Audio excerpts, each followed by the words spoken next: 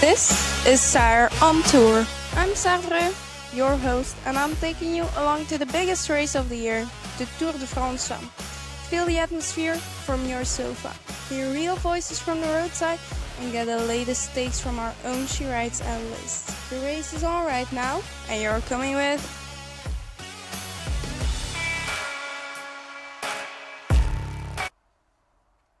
Hi everyone, and welcome to episode 4. I had to think about that for a second.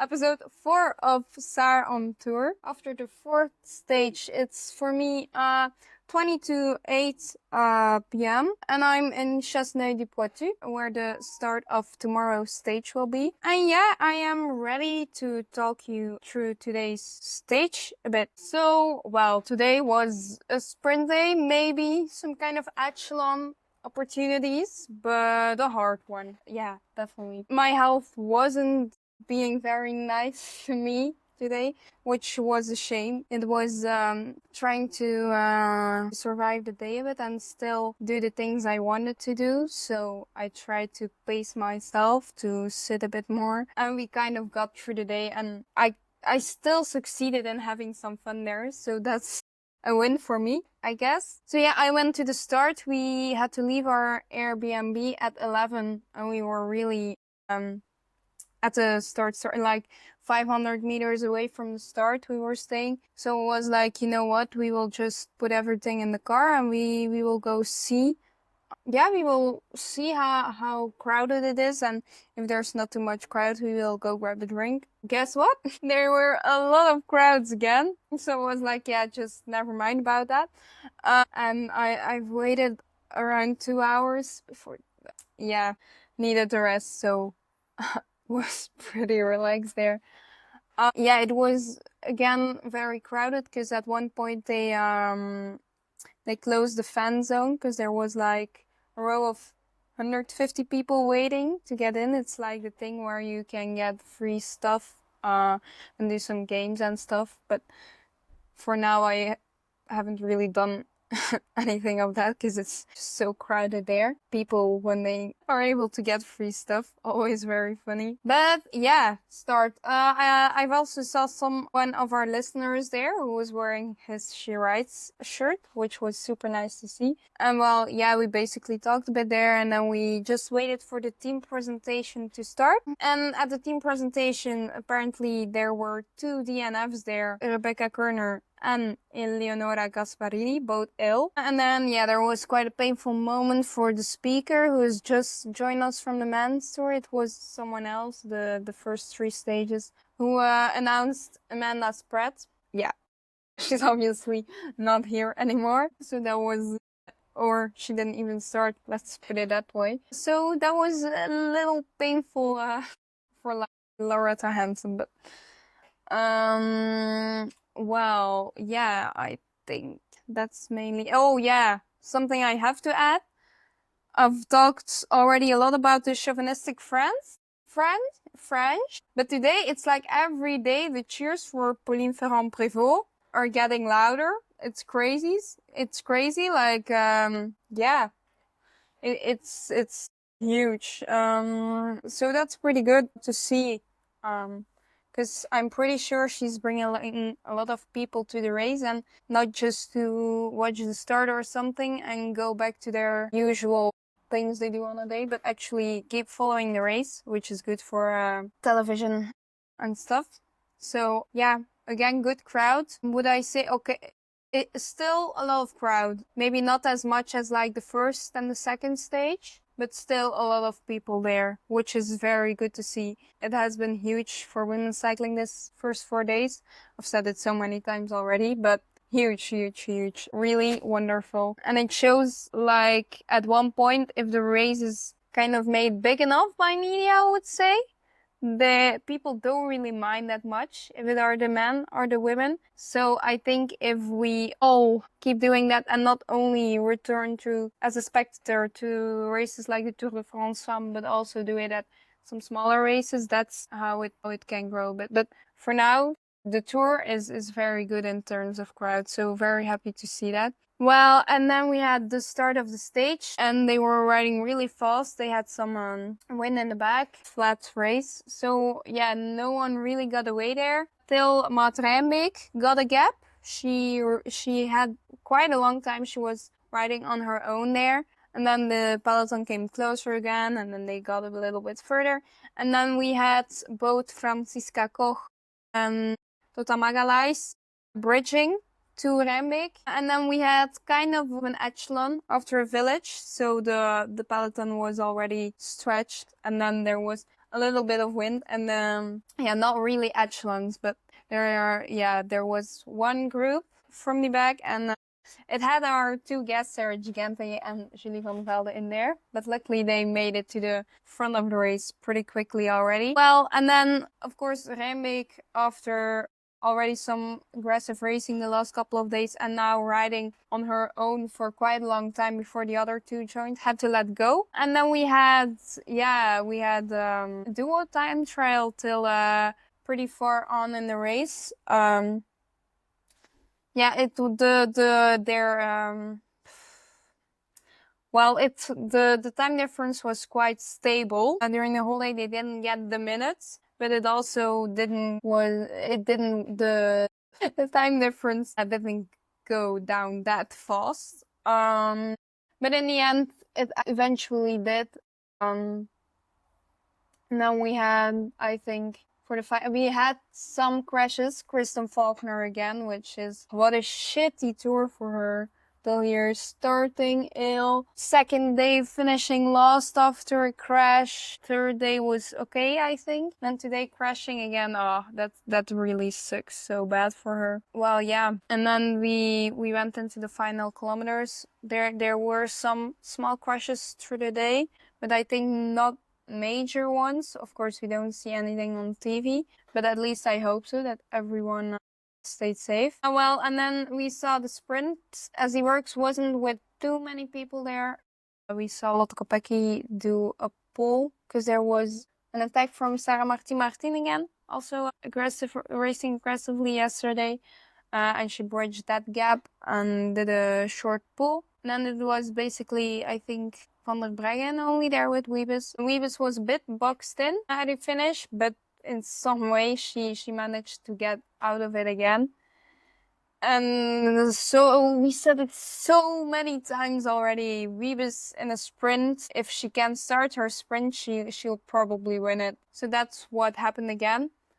And yeah, we had Vos second, again the one who could stay in the wheel the longest. And then it was a nice top 3 result for Lara Gillespie.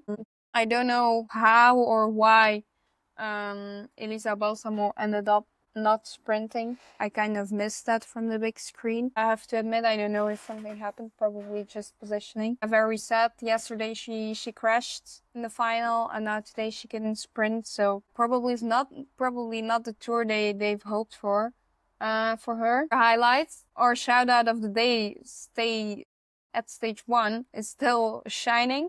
Because today she had a 4th place in the bunch sprint, Eline Janssen, which is crazy again. We had Dijgert on 5, we had Cherry Bosset.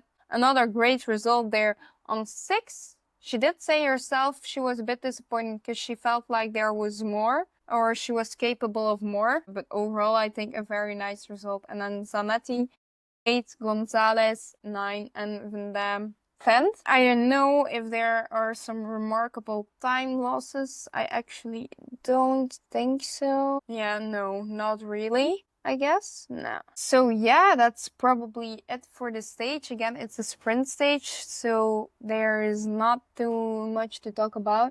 Something I did forget to talk about maybe yesterday was the statement of Stéphane Dalcourt, the team manager of FDG, stating that Demi Vollering crashed because there was a lack of respect in the peloton. But at that point, it was not too far to go, and everyone is trying to get results in. Of course, some risks are definitely, they don't need to be made, but they are in a very stressful position. They all want to get results, and they want to do good for their team, for their sponsors, for the people who supported them to get here. So it's a bit a lame statement maybe to make. I think Vollering was also in a dangerous zone there. Of course, super sad for her that she crashed there, but it was a bit of an odd statement when you could also just accept that it happened instead of immediately blaming others. It's also not Dani who crashed on her own. There were a lot of riders who crashed there. So it was a bit of a strange one there. Well, so about Demi Vollering, she got to the start today. They were pretty sure she didn't have a concussion after all, which is good. I would say I hope she recovered for the sake of the GC battle, because we've lost some names already, and it would be good to see a nice fight in the mountains and also in the hilly stages, because from now on no flat stages anymore. So yeah, we will see. Today I think went pretty well for her, and we will see how it goes in the next stages. Yeah, then for tomorrow will be still following the Tour de France Femme for me, but a bit different.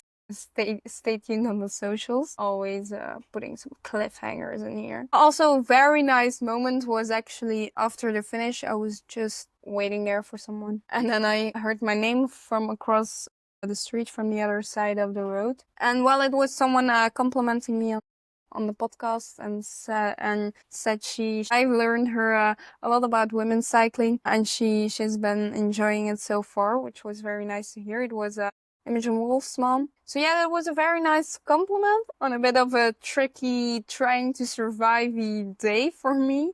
Always very nice to hear. So if you're listening again, well, thank you for that.